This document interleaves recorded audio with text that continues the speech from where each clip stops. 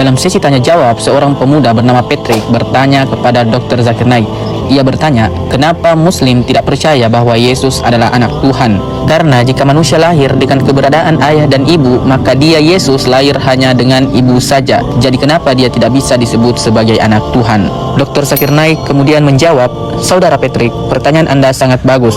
Ini pertanyaan penting. Kami umat Muslim tidak mempersoalkan apapun dengan proses kelahiran Yesus yang lahir dari rahim seorang wanita perawan. Tapi jika Anda memperhatikan konteks di dalam Bible, anak Tuhan yang dimaksud bukanlah seperti yang Anda pahami. Jika Anda membaca Bible, di sana dikatakan Adam adalah anak Tuhan, Efraim adalah anak Tuhan, Yesus adalah anak Tuhan. Seperti yang dikatakan di dalam Bible yang berbunyi, Aku akan memimpin mereka ke sungai-sungai di jalan yang rata, di mana mereka tidak akan tersandung, sebab aku telah menjadi bapa Israel. Efraim adalah anak sulungku. Yeremia bab ke-31 ayat ke-9. Dikatakan juga di dalam Bible, anak Eros, anak Set, anak Adam, anak Allah. Lukas bab 3 ayat ke-38. Dan berbahagialah orang-orang yang membawa damai, karena mereka itu akan disebut anak-anak Allah. Matius bab 5 ayat ke-9.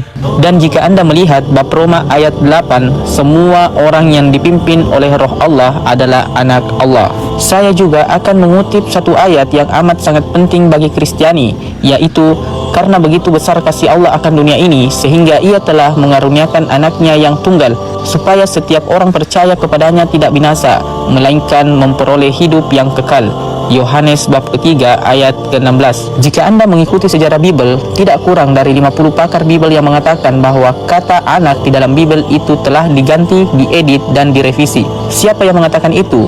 Yang mengatakan itu bukanlah seorang Muslim dan bukan Hindu, tapi yang mengatakan itu para sarjana dan pakar sarjana Kristiani. Mereka lah yang mengatakan bahwa ayat ini telah diubah, diganti, diedit, direvisi, dan dirusak. Jadi jika Anda mengatakan Yesus adalah anak Tuhan seperti juga Adam, Efraim, saya tidak masalah. Yang jadi permasalahan adalah ketika Anda mengatakan Yesus adalah satu-satunya anak Tuhan, padahal Alkitab tidak berkata seperti itu. Al-Quran membela Yesus dalam surah Al-Imran ayat ke-59 yang berbunyi, sesungguhnya penciptaan Isa di sisi Allah adalah seperti penciptaan Adam. Allah menciptakan Adam dari tanah, kemudian Allah berfirman kepadanya, jadilah, maka jadilah.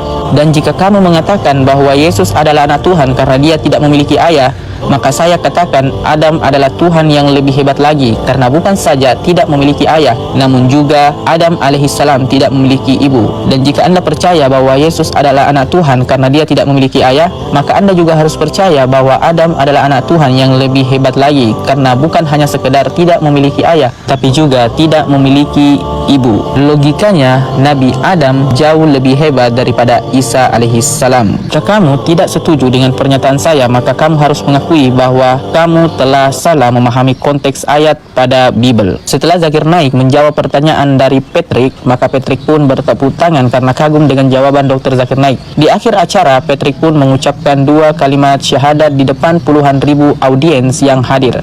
Like and subscribe channel ini agar bisa menambah wawasan keislaman kita semua.